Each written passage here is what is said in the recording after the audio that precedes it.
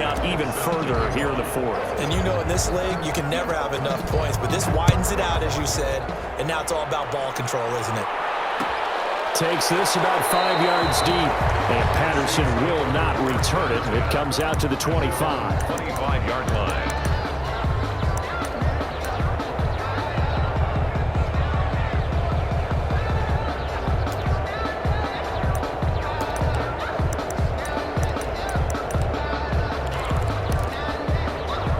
The Saints offense on the field, ready to get their drive started. And just looking ahead, it would appear that bye week is coming at the right time. They'll have 2 weeks to chew on this one, though probably not one that they want to chew on. A poor performance from start to finish. And he's upended after a gain of 2 out to the 27. I don't think any of us were surprised that they decided to start this drive on the ground after the last 2 drives ended in interceptions. Unfortunately, though, not a lot going on that first play. Yeah, I think the anticipation was felt also by the defense. Here's a play fake as they set up to throw. And the Raven pressure too much. Down he goes. Olivier Vernon able to get in there for his second sack of the afternoon. I remember throughout my career here, defensive coaches always say, guys, you got to earn the right to rush the passer. Well, they put themselves in a great spot with this big lead, and they know they've got to throw the ball. These pass rushers have to be salivating. It is pin your ears back time indeed. The Saints on third down, 2 for 5 to this point. This will be 3rd and 15.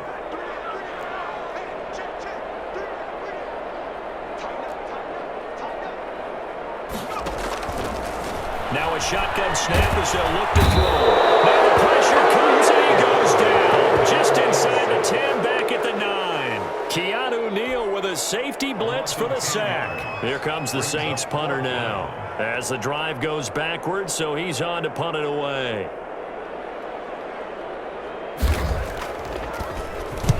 And the kick's away as he angles this one for the sideline. So the punt rolls out of bounds, and they'll have pretty good field position here up near the 40-yard line. At their own 38-yard line.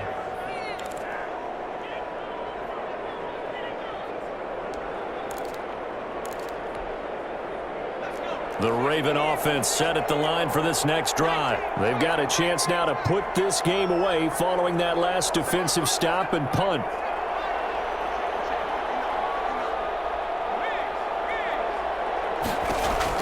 Herbert on first down now. And this is incomplete. K.J. Hamler, the intended receiver, but it'll be second down. They're certainly not letting up on the pressure in this one, and oftentimes you hear this expression, all gas, no break from defenses.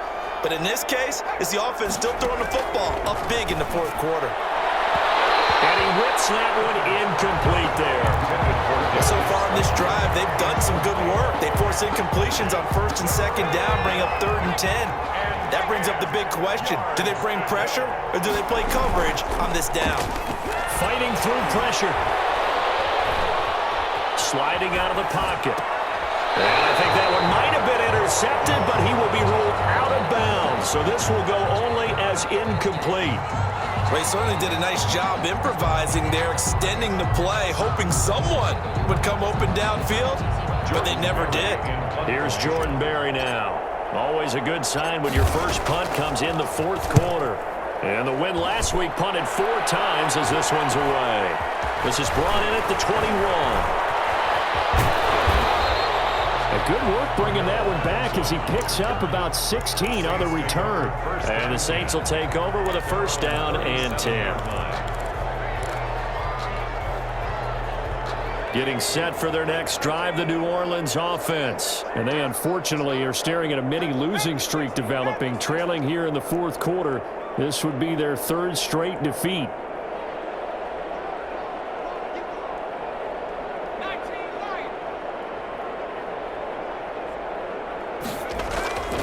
They'll try and start this drive in the air. And this one is incomplete. We've seen that the deep ball's been a part of their game plan all afternoon, but they've had trouble hooking up on it, unable to successfully find the end zone over the top.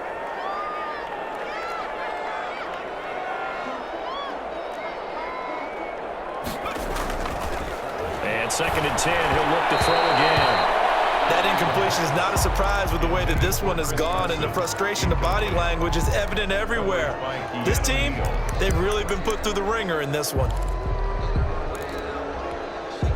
The Saints on third down. They've converted just 2 for 6 thus far. This is 3rd and 10.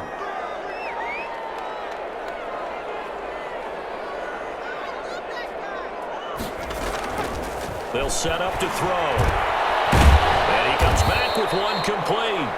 And he is going to have a Saints first down as they're able to get the 3rd down conversion. It'll be a Saints first down on a gain of 16 yards.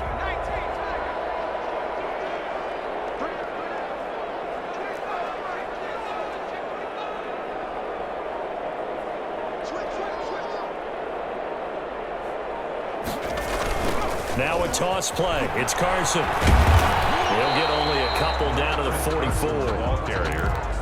I know we can't hear what's going on in that huddle right now, but I'll guarantee you at least one offensive lineman is saying, my bad, we simply couldn't move them off the line of scrimmage. We've got to do a better job trying to root those guys out of there.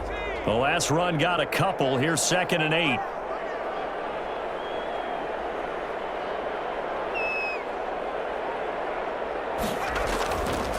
He'll look to throw.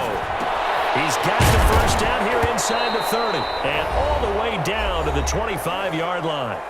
Just 2 minutes remaining here in the 4th quarter of what has been a one-sided affair. So it's Saints football as we get you reset. And let's see what they've come up with offensively after having time to talk it over.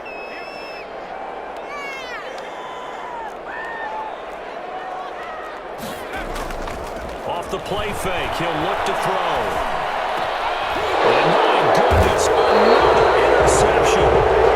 Picked up down at the 10. And a big turnover there as his guys will get the football back. At their own 11-yard line.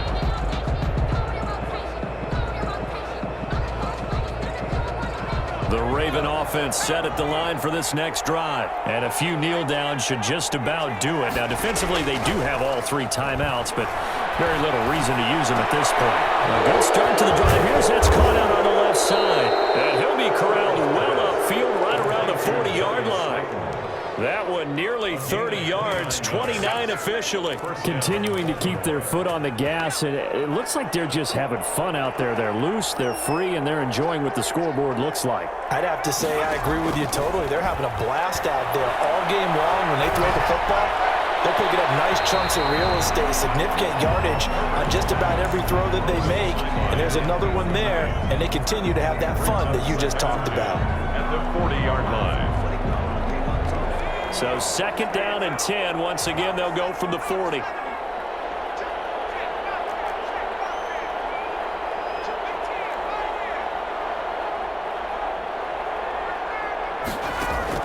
They're going to pass here with Herbert. Flushed out right. And he's taken down here by the Saints. Brandon, that's just like a one-on-one. If you're out of the pocket, you've got to get rid of the football in this situation. You cannot take a sack in a 2-minute drill.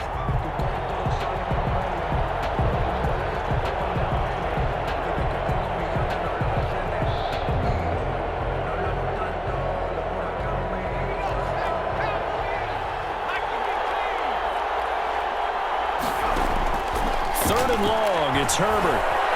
Eluding the pressure right. And he's got his man in stride, complete. And he will have the Ravens first down as they're able to get the 3rd down conversion.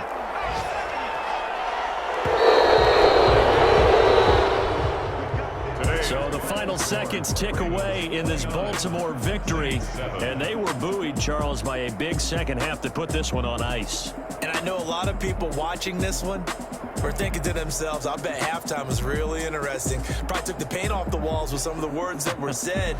But I get the sense it was much more of the adjustments they made. They came in with a game plan that we saw that didn't work in the first half.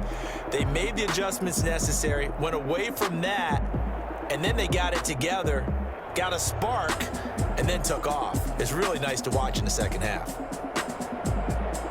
So for the Ravens, they'll finish the first half of the schedule dead even at 4-4. And they'll head back home next week to take on the Atlanta Falcons. Meanwhile, for New Orleans, the struggles intensify as they drop to 2-6 now on the year. And they'll take this loss into the bye as they'll be back in action in Week 10. So for Charles Davis and our entire crew, I'm Brandon Gaudin. Next game, guess what? Charles and I will be here again. It's the NFL on EA Sports.